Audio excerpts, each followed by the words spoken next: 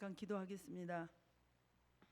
푸른 마르고 꽃은 떨어지되 주의 말씀은 세세토록 있도다 말씀하신 주님, 말씀으로 이 시간 우리 가운데 찾아오시는 주님을 기대합니다. 우리 마음을 열어주시고 집중할 수 있게 하시고 성령님 기름 부어 주셔서 말씀이 나의 생명이 되게 하옵소서. 예수님의 이름으로 기도합니다. 아멘.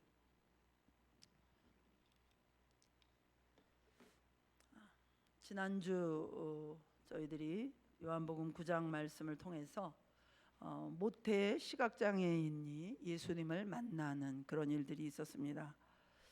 보게 될 것은 기대도 못하는 그런 좌절과 절망 속에서 있었는데 눈을 뜬 것입니다. 이 사람의 결론은 무엇이었습니까? 이분은 선지자다. 이분은 하나님이 보내셨다. 이분을 따르겠다. 이분의 제자가 되겠다. 이분이 내 목자다. 이렇게 고백을 했죠. 그 고백의 결과 어떻게 되었습니까? 회당에서 출교당했습니다. 그 말은 무엇입니까? 사회적으로 완전히 왕따당하고 따돌림 당하고 소외되었다는 것입니다. 다시 말하면 참 목자를 만난 결과 사회 속에서 따돌림 당했습니다. 엄청난 현실적 고통이었습니다. 다시 말하면 진리를 따르는 자에게는 세상은 고통을 줍니다. 이 일에 대하여 예수님이 슬픈 마음을 가지고 이런 어려운 상황 속에서 오늘 본문 앞에 10장 1절로 18절, 지난 몇 주 전에도 제가 이 선한 목자 비유에 대한 설교를 말씀을 드렸습니다만 예수님께서 목자와 양의 비유 이야기를 진행하셨습니다. 예수님이 너무 슬프신 것입니다. 참 목자를 만나는 자를 쫓아내는 세상입니다. 그래서 예수님께서 무엇보다도 제일 먼저 하시는 얘기가 뭐냐? 가짜 목자를 고발하시려는 것입니다. 오늘 본문에도 예수님에 대해서 사람들이 설왕설래합니다. 어떤 사람들은 귀신이 들렸다기도 하고, 반대로 귀신이 어떻게 맹인의 눈을 뜨게 할 수 있느냐? 메시아 되는 증거가 눈 뜨게 하는 건데, 구약에 맹인이 눈 뜨게 한 것이 한 번도 없었다고 그랬잖아요. 이게 메시아의 증거다 이렇게 얘기하면서 서로 논쟁이 벌어지게 되었다는 것입니다. 우리 20절 21절 다 같이 한번 읽어보겠습니다. 시작. 20절 21절.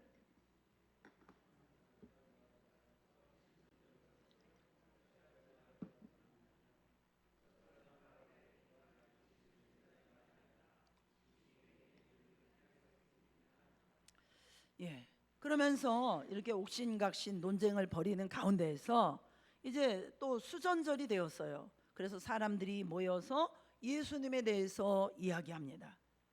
헷갈리게 좀 제발 그만하시라고. 의혹에 빠져서 우리가 힘들어 죽겠다니까요. 밝히 말해주세요. 밝히 말하라. 막 예수님께 대하여 이렇게 말하는 겁니다. 24절에 여러분 성경 다시 읽어보겠어요. 시작.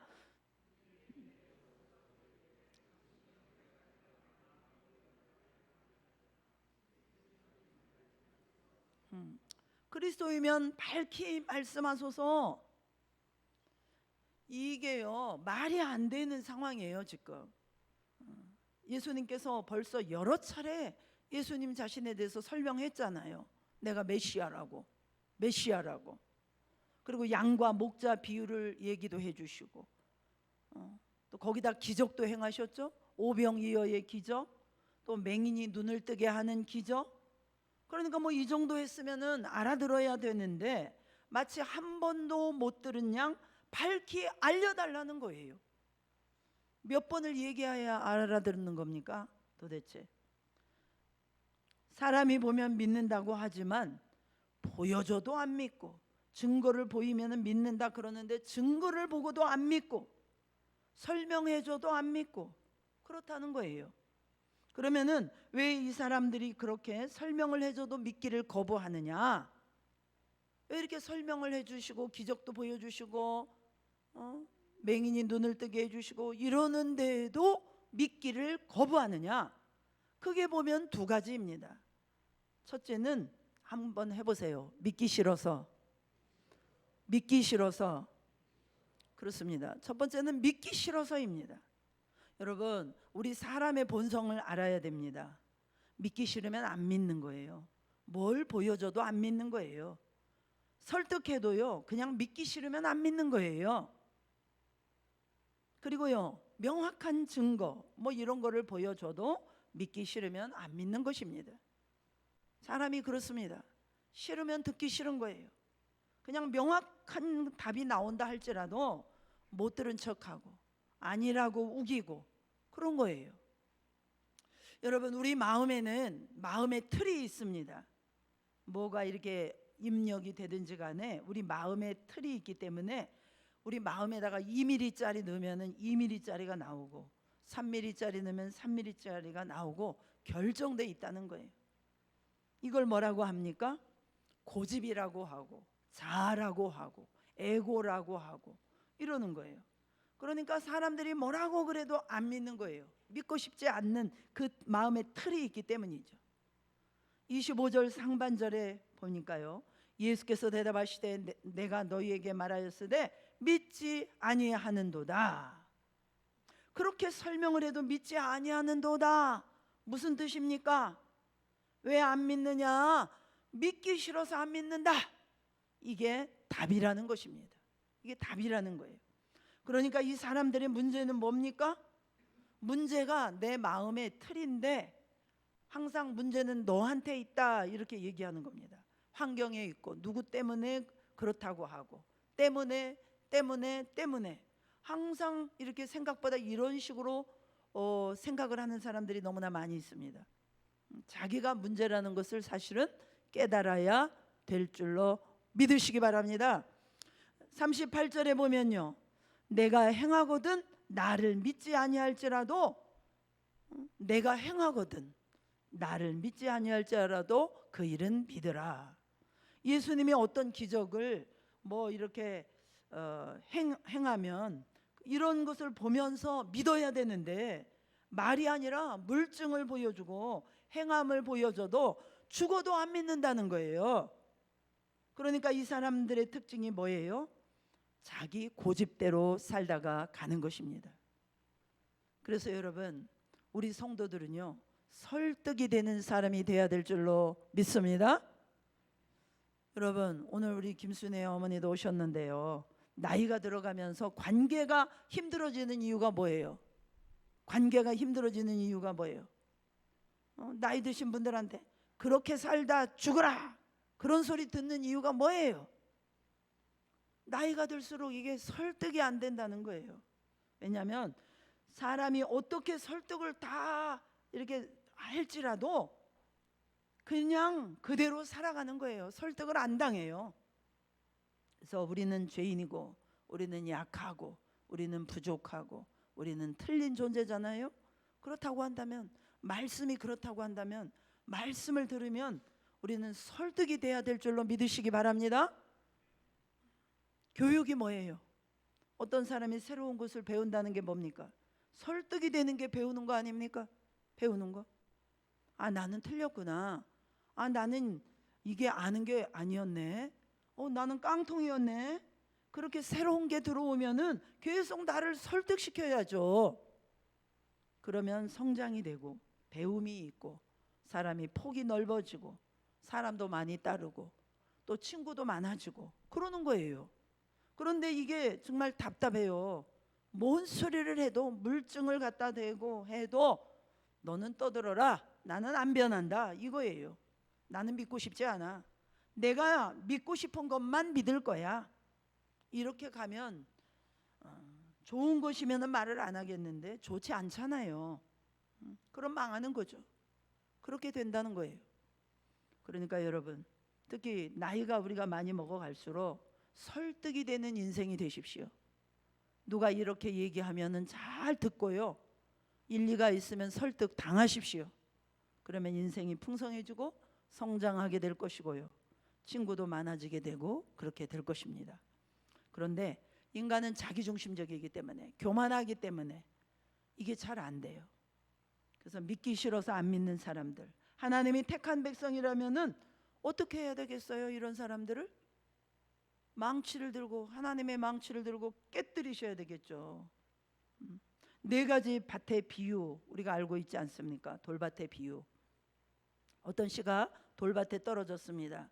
이렇게 얇은 흙이 있고 밑에는 돌이 있으니까 뿌리를 못 내려서 말라 죽는 거예요.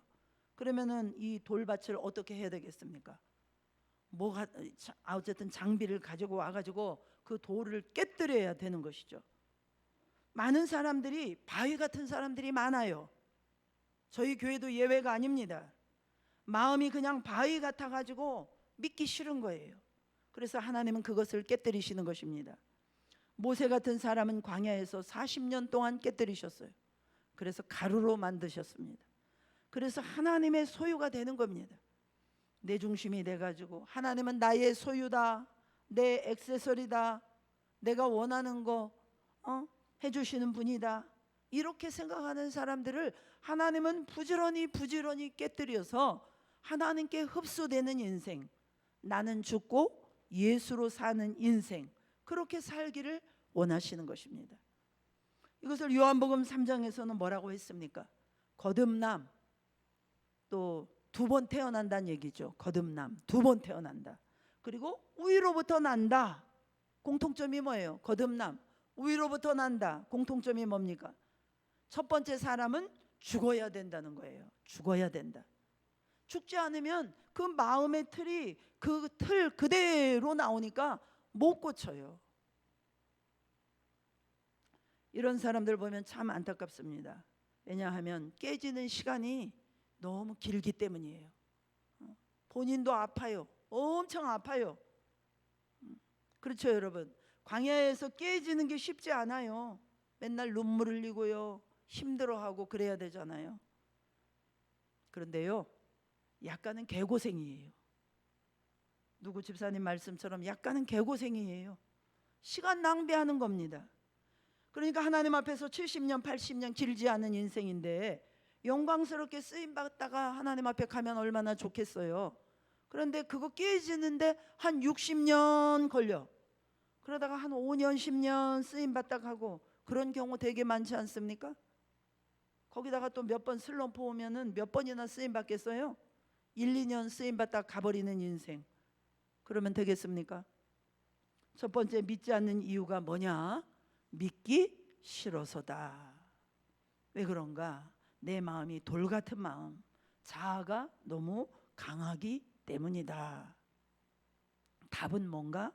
하나님께서 사랑하시는 자라고 한다면 깨뜨리신다. 망치를 들고 깨뜨리신다. 그래서 믿게 되는 것이죠. 자, 믿지 않는 또 한 가지 이유는 뭐냐? 성경은 말합니다. 25절로 26절 같이 읽어보겠습니다. 시작.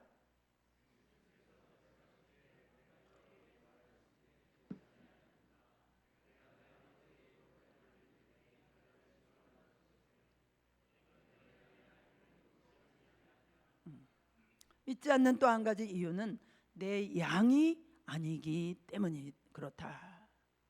참 무서운 얘기입니다. 이거는 우리가 쉽게 할 수 있는 얘기는 아닌데요, 이런 걸 뭐라고 그럽니까? 장로교 같은 데서는 하나님의 예정론, 선택했다, 뭐 하나님의 예정, 이렇게 말하죠. 하나님이 만세전에 우리를 택해 주셨다. 그래서 뭘 해가지고 이렇게 양이 되는 게 아니라 그냥 하나님의 양이 되게 된다는 거예요. 로마서 8장 29절로 30절에 보면요, 하나님께서 우리를 미리 아셨다, 만세전에 미리 아셨다, 택하셨다, 그 다음에 미리 정하셨다, 예정된 선택이다. 그래서 미리 정하신 그들을 또한 부르시고, 부르신 그들을 또한 의롭다 하시고, 의롭다 한 그들을 또한 영화롭게 하셨다. 이런 말씀이 나옵니다. 여러분, 이 말씀을 통해서 느끼는 것이 뭡니까? 우리가 모르는 어마어마한 하나님의 구원 프로젝트, 구원 프로그램이 있다라는 것입니다. 그런데 이것은요, 우리 이성으로는, 우리 생각으로는 잘 납득이 안 돼요.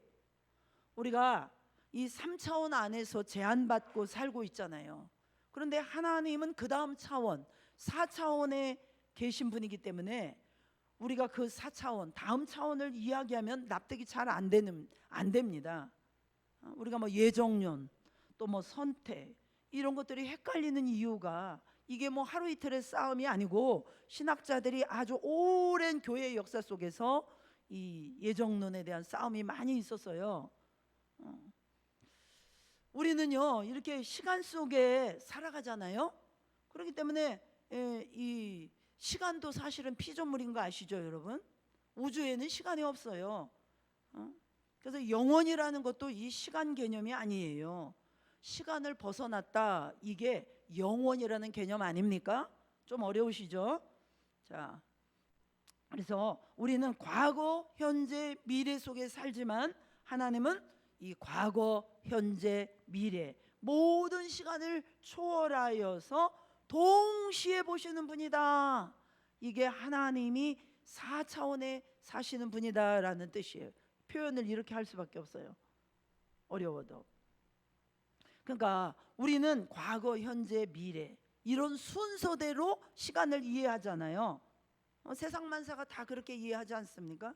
그런데 하나님은 그 위에 계신 과거, 현재, 미래 그 위에 계신 그 다음 차원에 계신 분이기 때문에 과거, 현재, 미래를 통째로 보시는 것입니다. 그러니까 성경에 그런 말 하잖아요. 구약에 아브라함의 하나님, 이삭의 하나님, 야곱의 하나님 다 현재 진행의 영이에요.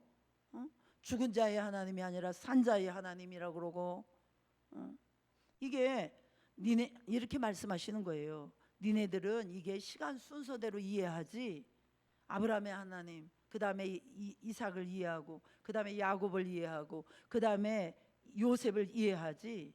그런데 하나님 나는 통째로 본다는 거예요. 우리 인생도 통째로 보시는 것입니다. 그래서 이게 세상 사람들이 말하는 숙명론과는 다른 거예요. 결정이 됐다 이런 숙명론적인 이런 뜻이 아니라 우리는 시간으로 이해하지만 하나님 시각에서는 통째로 보신다 이런 거예요. 이게 예정론이에요. 그래서 이렇게 얘기를 하기는 하지만 그럴듯하게 보이기는 하지만 참 우리가 이해하기 힘들고 체험적으로는 참 납득을 못하죠. 그래서 저는 성경이 좋다고 생각합니다. 왜냐하면 납득을 못하더라도 사실은 사실대로 얘기를 해줘요. 니네가 뭘 그렇게 이해하겠냐 그러면서도요 설명을 해주신다고요.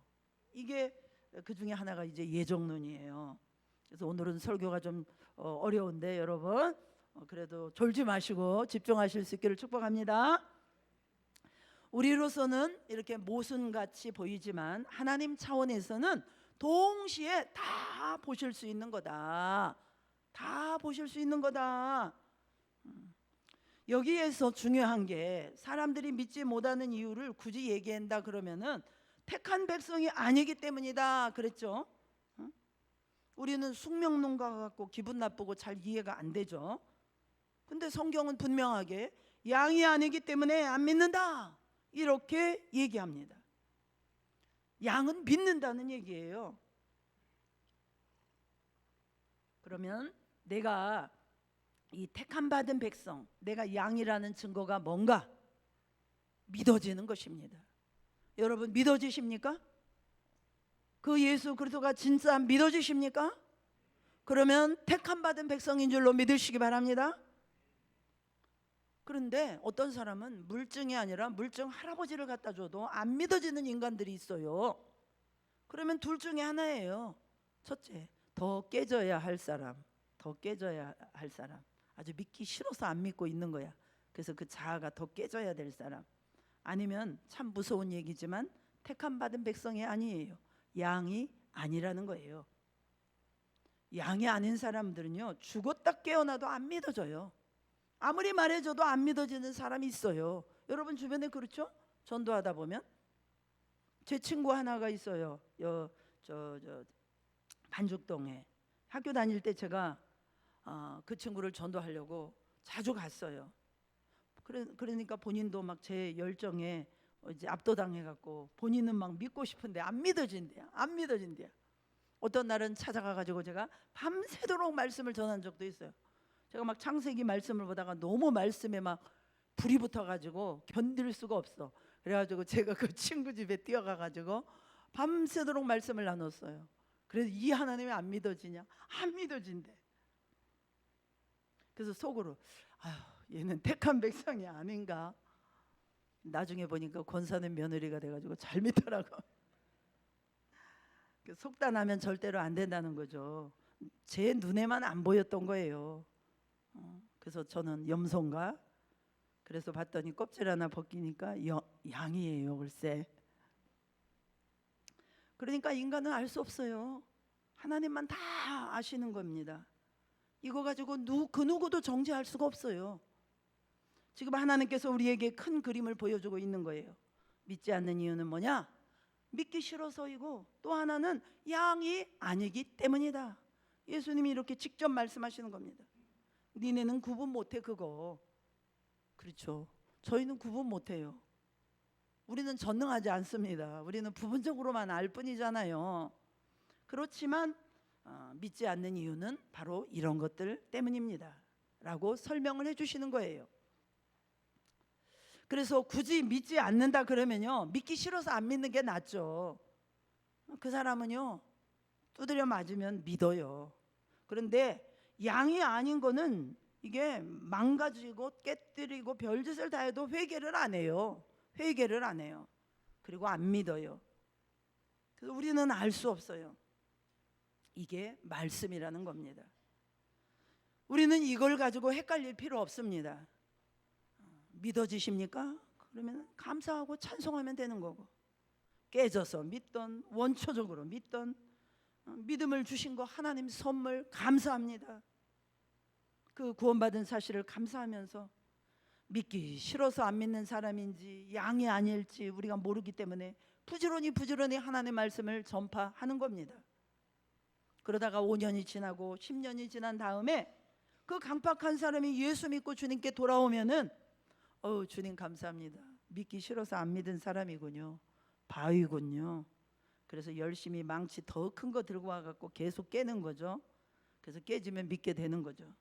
이것이 오늘 본문의 말씀의 거의 반 이상의 메시지의 흐름입니다. 그리고 그 다음 얘기는 이제는 어떻게든 믿으면 영생이 주어진다는 거예요. 영생이 주어진다는 거예요. 어떤 이유로든 좌우지가 믿었으면 영생이 주어진다는 거예요. 이 요한복음에는요, 이 영생이라는 단어하고 생명이라는 단어하고 동일하게 같이 사용하죠. 그래서 믿으면 생명이 있다는 거예요. 영생이 있다는 거예요. 믿으면 영생이 있고 안 믿으면 영벌이 있다는 것입니다. 지옥 간다는 것입니다. 여러분, 우리 인생에서 가장 중요한 문제가 무엇입니까? 영생의 문제입니다. 예수 믿고 영생 얻는 거, 이거보다 중요한 문제는 없습니다. 마가복음 8장 36절에 보면 만일 사람이 온 천하를 얻고도 자기 목숨을 잃으면 무엇이 유익하리요? 이 세상의 것을 다 얻었다 할지라도 목숨을 얻지 못하고 지옥에 가면 뭐가 유익하냐? 그런 얘기예요. 여러분, 이 땅이 다가 아닙니다. 이 땅은 끝이 아닙니다.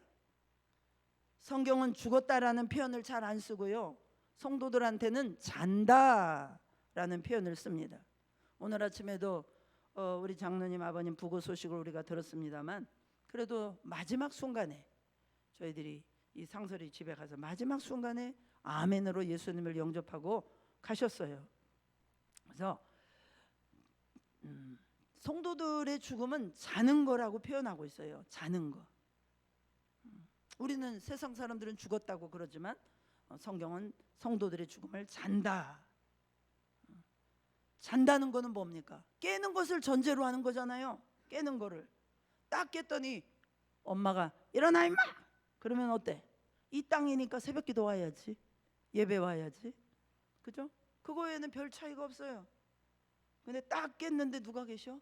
예수님 계셔. 천국이구나. 할렐루야. 장은 이게 죽음이라는 거예요. 성도들의 죽음. 별 차이가 없어요. 그래서 여러분, 이 세상에서 부귀영화 다 누리고 난 다음에 지옥 가면 뭐가 되겠어요? 아무것도 아니죠. 그래서 이 세상에서 부귀영화를 정말 많이 누린 그런 사람이 한 사람 소개합니다. 프랑크 왕국의 사를마뉴 대제. 사를마뉴 대제. 프랑스의 뿌리도 사를마뉴 대제, 독일의 뿌리도 사를마뉴 대제. 우리나라로 말하면 광개토 대왕 같은 사람, 그런 사람입니다. 이 사람이 8세기 사람인데 11세기 초에 그의 무덤이 발견됐습니다. 그런데 얼마나 대단한 황제였는지 이 무덤 속에서도 이 황제가 의자에 앉아 있었대요. 황금으로 해가지고 미라같이 이렇게 만들었겠죠. 200년 정도가 지났는데도 그대로 있더라는 겁니다. 한 손은 이렇게 위를 가르치고 무릎에는 성경책이 펼쳐져 있고 또 손가락으로 지적하는 말씀이 있었대요. 그 말씀이 뭐냐? 아까 제가 읽은 마가복음 8장 36절 말씀이었대요. 우리 한번 같이 읽어볼까요? 시작.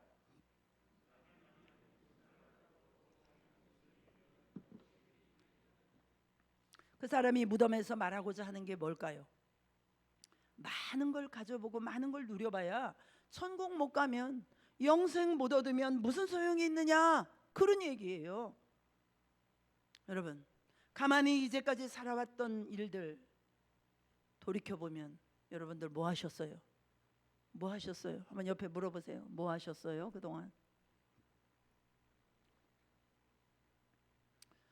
우리 인생을 돌이켜보면 뭐 있습니까? 그냥 희미한 기억들 몇 개밖에 실제로 없어요. 여기서 뭐 그렇게 잘 살면 뭐하고, 황제가 되고 뭐가 되면 뭐하고. 돌이켜보면요, 그렇잖아요 여러분. 흐릿한 그 사진 속에 기억되는 흐릿한 기억 몇 개. 그렇기 때문에요, 우리 인생에서 영생만큼 중요한 것은 없습니다. 어떤 성도가요, 제가 지난번에도 얘기한 적이 있는데, 죽음을 앞두고 이제 의사한테 죽는다는 사형 선고를 받았어요. 근데 의외로 겉으로는 이분이 굉장히 담대하시더래요. 자기 인생에 후회가 없대요. 여자분인데 가보고 싶은 거 다 가보고, 먹고 싶은 거 다 먹어보고, 해보고 싶은 거 다 해봐서 후회가 없대요. 아니, 평생 예수 믿은 권사님이라는 분이 이런 소리 하면 어떻게 합니까? 나는 예수 믿고 열심히 복음 전하고 열심히 죽도록 충성하고 주님 앞에 설 생각을 하니까 너무나 기쁩니다. 죽도록 충성했으니 나에게 면류관이 기다리고 있지 않겠습니까? 담대하게 주님 앞에 나갈 생각을 해야죠. 해볼 거 다 해보고 먹을 거 다 먹어보고 갈 때 다 가봐서 후회가 없다니. 그분이요, 진짜 마지막 죽을 때가 되니까 사색이 돼가지고 막 두려워 떨면서 죽었다는 그런 이야기를 들은 적이 있습니다. 그러니까 엉터리로 믿은 거죠. 이게 뭡니까? 인생이 그래요.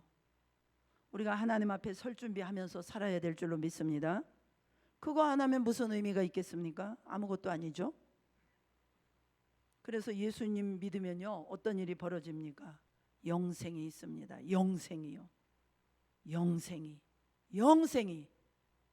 죽음은 끝이 아니고 건널목입니다. 우리 인생 70년 80년.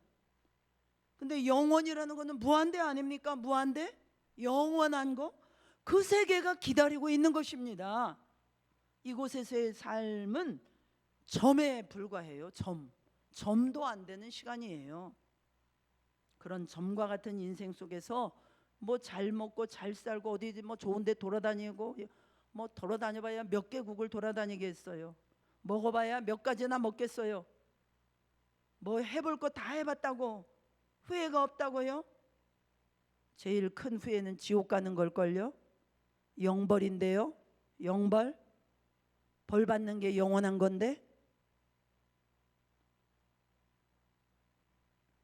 28절 29절 28절 29절 다 같이 한번 읽어보겠습니다. 시작.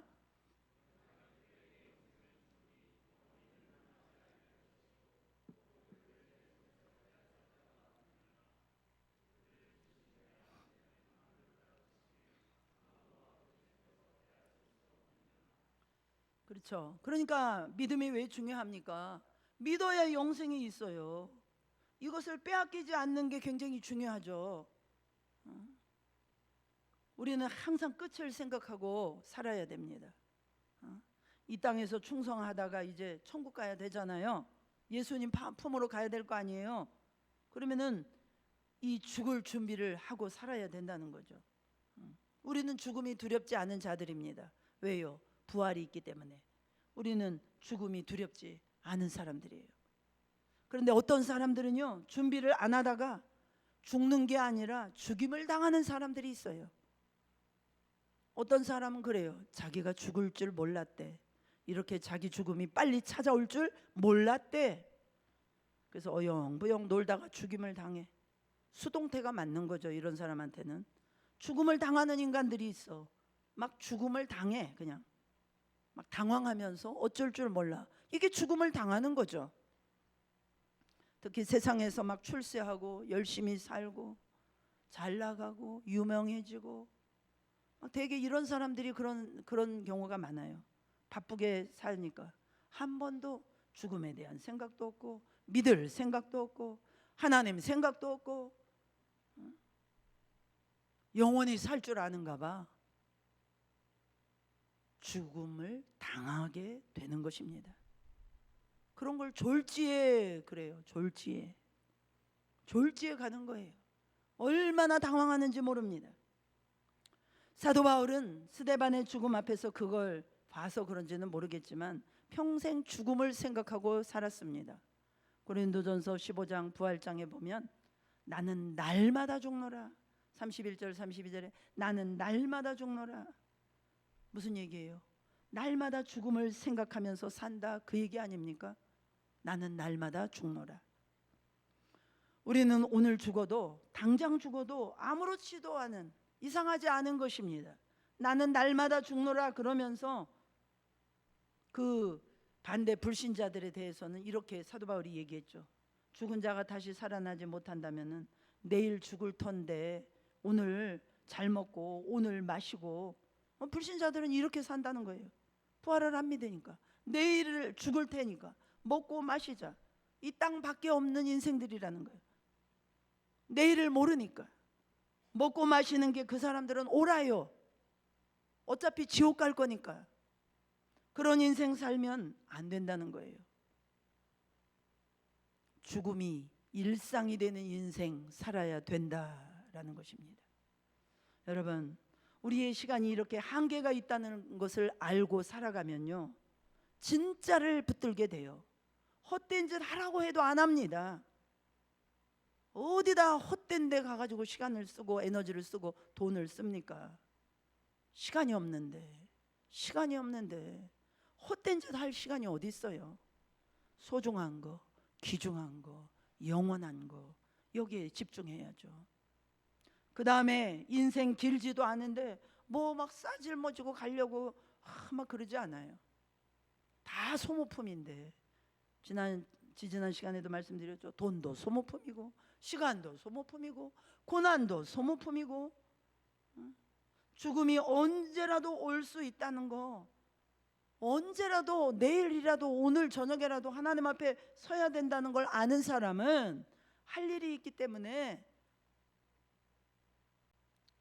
편한 길을 절대로 갈 수가 없습니다. 여러분, 어떤 조건이든 간에 예수님 믿으면 영생이 있음을 믿으시기 바랍니다. 영생 얻는 거, 이거보다 중요한 것은 없습니다. 여러분들이 무슨 일을 하시든지 간에 이 문제가 해결이 되지 않았다면 이 문제에 대해서 고민도 하시고 또 목사님하고 상담도 하시고 성경도 읽어보시고 여기에 대해서 죽기 살기로 힘쓰셔야 돼. 믿습니까? 그러니까 오늘이라도 당장 이 문제 해결하고 있는 사람은요, 죽음이 일상이 돼. 나는 날마다 죽노라.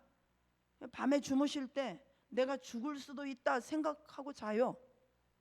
잠 깨니까 세상이네, 예배드리고. 잠 깨니까 예수님 계셔, 천국이네, 이러고 산다는 거예요. 독일 사람 두 사람 소개하고 설교를 마치겠습니다. 삶과 죽음에 대해서 묵상했던 두 사람이 있습니다. 하나는 신학자 폴 틸리히라고 하는 사람입니다. 발음이 어렵죠. 폴 틸리히. 또 한 사람은 선한 능력으로 옥중서신을 썼던 디트리트 본헤퍼, 동시대 사람입니다. 이 폴 틸리 이 사람은요, 실존주의 철학자로도 유명하고 또 실존주의 신학자로도 유명합니다. 어려운 얘기지만 간단히 얘기하면요, 이 폴 틸리가 말하는 개념은요, 존재, 비존재 막 이런 얘기를 했어요. 말이 어렵죠. 존재는 삶이고요, 비존재는 죽음. 독일 사람들은 좀 이상한 게 있어요.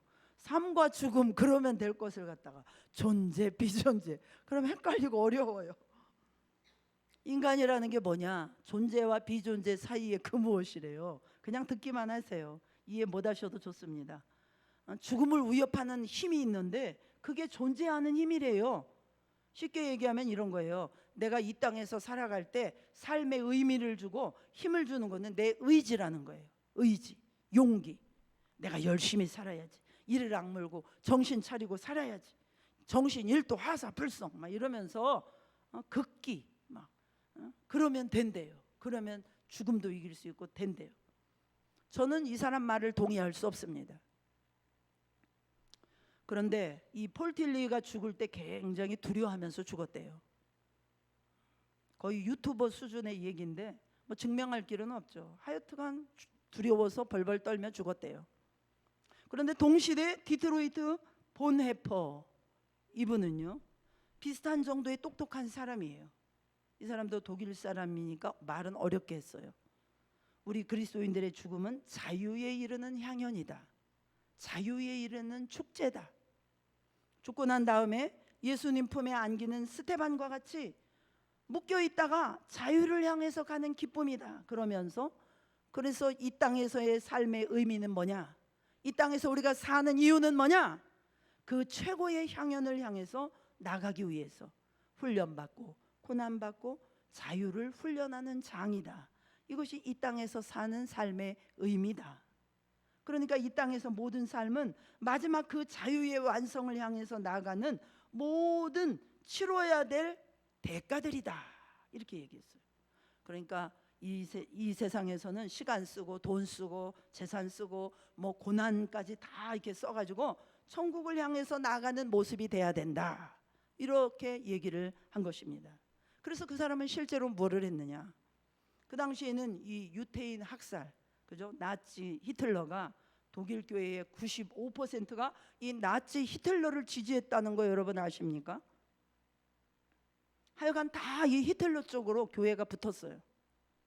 그런데 이 본헤퍼가 소속된 교회가 고백교회라고 그러는데 1%에서 많아야 5%만 이 히틀러에게 대항했습니다. 저거 아니라고, 그거 하나님 말씀과 맞지 않는다고 그러면서 막 핍박당하고 어려움을 많이 당했어요. 그런데 이 본헤퍼는 한술 더 떠가지고 저런 미친놈이 운전대를 잡으면 나라 망한다. 그래서 암살단에 들어가가지고 히틀러 암살하는 데 들어갔다가 잡혀가지고 수용소에서 글 쓰다가 39살에 순교했습니다. 그런데 그가 이렇게 결정적으로 했던 이유가 뭐냐? 우리 삶이 자유를 향한 향연이기 때문에 그 전에 하나님께서 내게 주신 사명을 이루기 위해서 이 땅에서 고난당하고 심지어 순교하고 죽는 거 이거 축복이다. 이렇게 생각을 했기 때문에 그런 일을 했다는 거예요. 두 사람이 다 공통점이 있습니다. 2차 대전 때 이 미국의 유니온 신학교에 둘 다 교수로 초빙을 받았다고 합니다. 워낙 똑똑하니까 이 폴 틸리는 아주 유명 스타 강사였다고 그래요. 그 당시는 막 뭐 이렇게 실존주의가 막 굉장히 강력한 시대였기 때문에 미국은 원래 학문이 좀 쫄리잖아요. 꿀리잖아요. 그래서 막 유럽에서 폴 틸리가 왔다 이러니까 미국에서 막 대단한 대접을 해가지고 타임지 표지 인물까지 그렇게 선정이 되고, 진짜 이 폴 틸리는 미국에서 잘 먹고 잘 살았대요. 독일에서 망명하길 참 잘했죠. 그런데 동일하게 본헤퍼도 이 미국의 유니온 신학교 교수로 초빙을 받았는데 한 2년인가 1년 하다가 나치가 난리를 지금 독일에서 난리를 친다는 소리를 듣고 귀국을 한 것입니다. 미국의 편안한 삶을 다 포기하고 귀국해서 투쟁하다가 39살에 죽었습니다. 이 보네퍼도 천재였어요. 지금 우리가 믿으면 영생을 받는다, 그러면서 이 땅을 살아갈 때 이 영생을 받은 자들의 삶의 내용을 지금 설명해주고 있는 거예요. 이 보네퍼는 왜 갔느냐 그럴 때 그런 이야기를 했다고 그래요. 아니 독일 교회를 저렇게 놔두면은 분명히 히틀러 망할 건데, 히틀러 망하고 난 다음에 교회의 뿌리가 어디 있겠냐고. 전체 교회가 다 히틀러를 지지하고 있으니 독일 교회는 이제 망한 거지. 그래서 이 보네퍼 같은 사람이 있었기 때문에, 이 고백 교회가 남은 자로 있었기 때문에 독일이 망하고 난 다음에도 이 독일 교회가 다시 일어설 수 있었다라는 것입니다. 그러니까 독일 교회에 많은 사람들이 있었지만 다 바리새인과 사두개인 같은 가짜들이었다는 거예요. 그런데 진짜인 고백 교회가 소수지만 있었기 때문에 살아남은 것입니다. 그렇습니다, 여러분. 마지막 시대는요, 이 핍박의 시대는요, 수 많다고 되는 게 아니에요. 숫자 많다고 좋은 것이 아닙니다. 진짜 말씀대로 제대로 하고 있는 소수라도 그게 생명의 뿌리인 줄로 믿으시기 바랍니다. 이게 그루터기 남은 자예요. 밤나무 상수리 나무가 배임을 당한다 할지라도 그루터기는 남아있다, 성경에 그렇게 얘기하잖아요. 이 남은 자. 그래서 거기서 독일 교회가 다시 일어난 것입니다. 너무너무 중요한 것이죠. 이게 영생을 믿는 사람들이 이 땅에서 영생을 향해서 나가는 삶이라는 것입니다. 이렇게 사는 인생이 되어야 된다는 거예요. 성경은 그래서 우리에게 분명히 얘기하고 있습니다. 영생을 믿느냐? 그러면 이 땅의 삶을 그렇게 살면 안 되지. 이 땅 길지 않은데 그렇게 살면 안 되지. 폴틸리 같이 살면 안 되고 보네퍼 같이 살아야지. 그 얘기를 지금 오늘 예수님께서 하시는 거예요. 이 땅을 살아갈 때 그렇습니다. 여러분, 우리가 이래저래 의심을 많이 하잖아요. 죽음에 대해서도 두렵죠. 우리만 그런 게 아니에요. 뭐 종교개혁자들, 뭐 루터나 칼빈이나 이런 이름 있는 사람들이라 그래가지고 의심 안 한 게 아니에요. 의심을 나쁘게 생각 안 했어요. 근데 단지 이 의심을 딛고 나가는 방법이, 이기는 방법이 뭐냐? 그들이 내린 결론은 뭐냐? 순종입니다. 순종.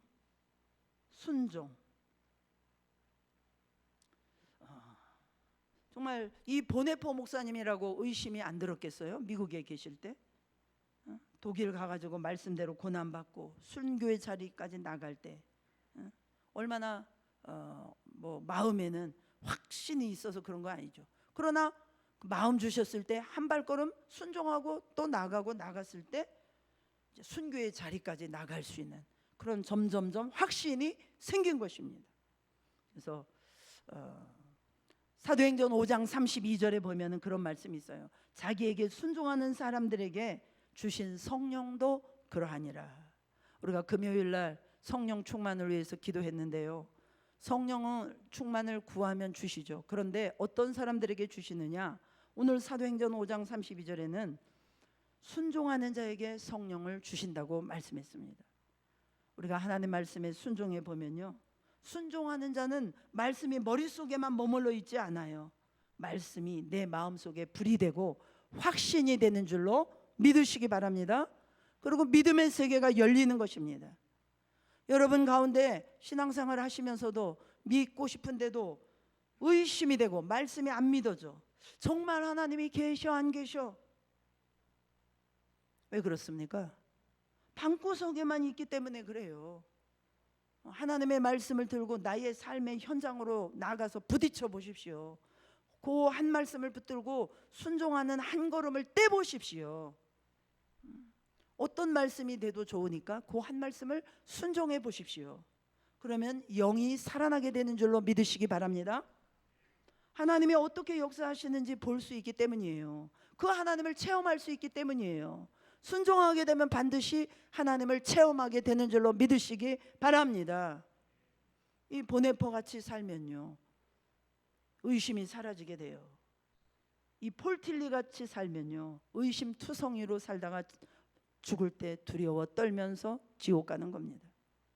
여러분 어떤 길을 가시겠습니까? 이 땅에서 영생을 향해서 가는 백성들이 믿음을 가지고 살 때 의심이 올 때마다 물론 기도도 하고 또 예배도 드리고 하지만 우리의 삶 속에서 더 우선으로 하나님이 요구하시는 게 뭐냐? 순종입니다. 순종하는 자에게는 확신을 주십니다. 그래서 오늘 예수님의 말씀하시는 그 논쟁의 결론을 정리하면 그렇습니다. 믿음을 거부하는 사람들 이유는 두 가지. 일상적인 이유, 믿기 싫어서, 자아가 강해서. 이 사람들은 이 자아가 박살이 나야지 된다는 거죠. 깨져야 되는 것입니다. 이런 사람들은 그래도 소망이 있어요. 깨지면 믿게 되니까. 그런데 우리는 모르지만은 버림받은 사람이 있습니다. 양이 아니기 때문입니다. 양이 아닌 사람. 믿어지는 거는요, 양이라는 소리예요. 그러니까 최고의 기쁨, 최고의 감사가 무엇입니까? 예수님이 믿어지는 것입니다. 믿어지면 영생이 있습니다. 영생을 가지고 있을 때 이 땅에서의 우리의 삶은 무엇입니까? 우리의 시간 소모하고 돈 소모하고 고난 소모해서 정말 멋지게 하나님의 그 영광스러운 나의 영혼의 때를 위해서 우리의 삶을 드리는 것입니다. 이런 자들이 능력이 있습니다. 이런 교회가 능력 있는 줄로 믿습니다. 하나님의 때는 늦은 거 없습니다. 길지 않은 인생, 영생이 아는 일에 우리 인생 낭비하지 않고 하나님 앞에 거룩하게 쓰임받는 저와 여러분들 되시기를 주님의 이름으로 축복합니다. 우리 다 같이 찬양 들으시면서 기도하면서 나가겠습니다.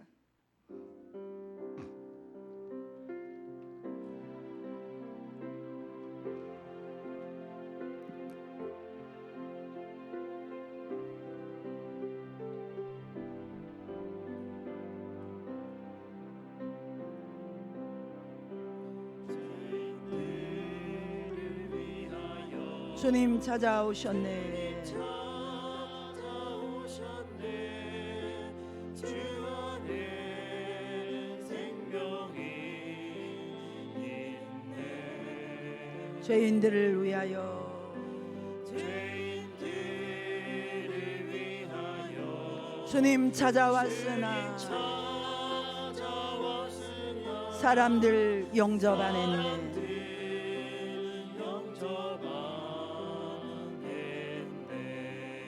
예수 안에 생명 있네. 주님이 빛이 되시네.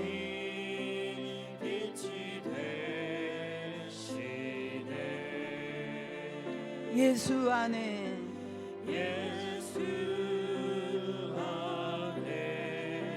생명 있네. 주님이 빛이 되시네. 주님 영접하는 자, 주님 영접하는 자, 하나님의 자녀요. 주 안에 생명이 있네. 주님 앞에 오시오. 주님 앞에 오시오. 어서 빨리 오시오. 주 안에 생명이 있네.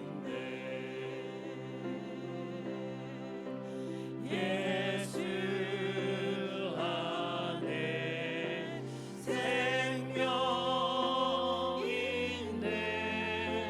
주님이 빛이 되시네.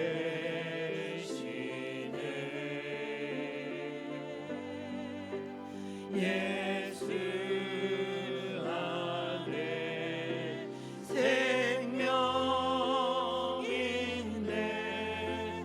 주님이 빛이 되시네. 예수 안에 생명 있네. 예수 안에 생명 있네. 주님이 빛이 되시네.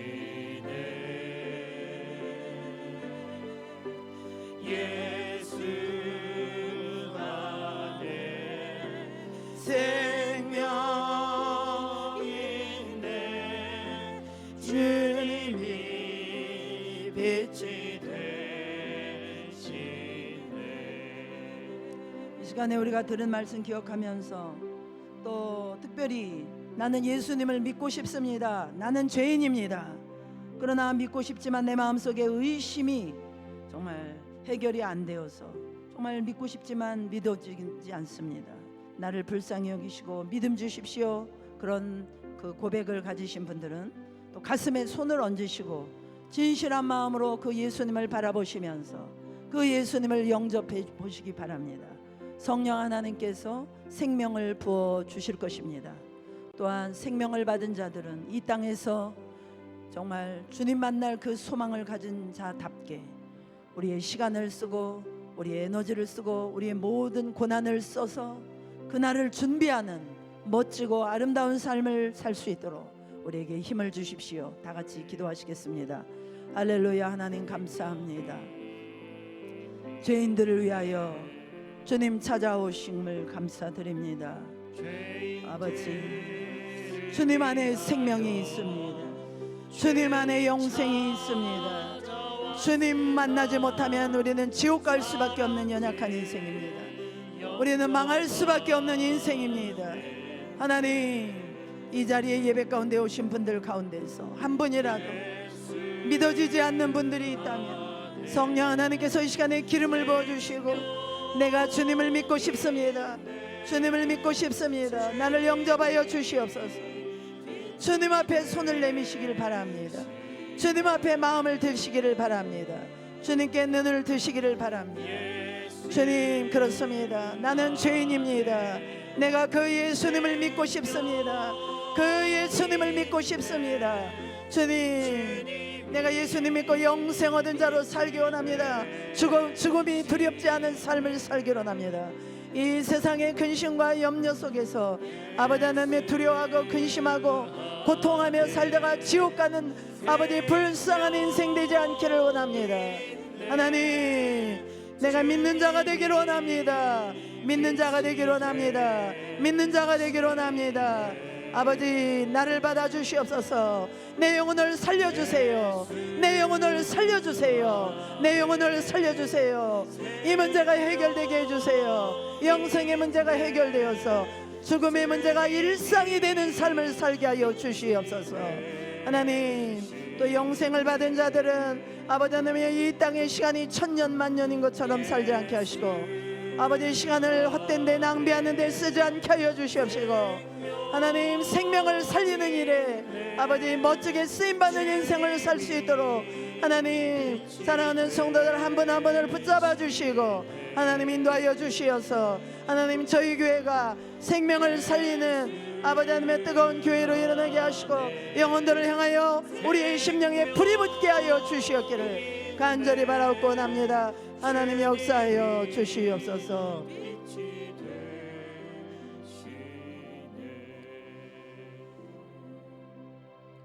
하나님 아버지, 감사드립니다. 죄인들을 위하여 주님 찾아오셨지만 많은 사람들이 예수님을 미친 자라 하고 귀신 들렸다 하고 정말로 신성모독한다 하고 예수님을 믿지 않았습니다. 믿기 싫어하는 그런 마음 때문이었습니다. 또 혹시라도 양이 아니었기 때문이라고 성경은 말했습니다. 하나님, 우리가 예수님 안에 들어올 수 있도록 우리에게 믿어지는 축복을 허락해 주심을 감사합니다. 그러나 이 예배의 자리에 참여하신 분들 가운데 한 분이라도 믿고 싶지만 그 예수님 잘 몰라서 정말 믿고 싶지만 믿어지지 않는 분들 계신다면 성령 하나님께서 이 시간 찾아가 주셔서 그 마음을 어루만져 주시고 그 마음을 열어주시고 특별히 오늘 또 20여 년이 넘도록 또 방황하다가 또 오늘 하나님 앞에 나온 사랑하는 딸도 있습니다. 우리 하나님께서 머리부터 발끝까지 기름 부어주셔서 정말 절절히 그 예수님이 믿어지는 역사가 일어나게 하여 주시옵소서. 그 예수님의 생명을 받은 자들은 또 시간을 낭비하고 정말 세상의 헛된 것을 따라다니다가 하나님, 초라한 죽음이 아니라 정말로 우리의 모든 것을 다 써서 정말 생명을 사는 일에 참 우리 자신을 드리고 멋진 인생 살 수 있도록 사랑하는 모든 권속들을 붙잡아 주시옵소서. 예수님의 이름으로 기도하옵나이다. 아멘.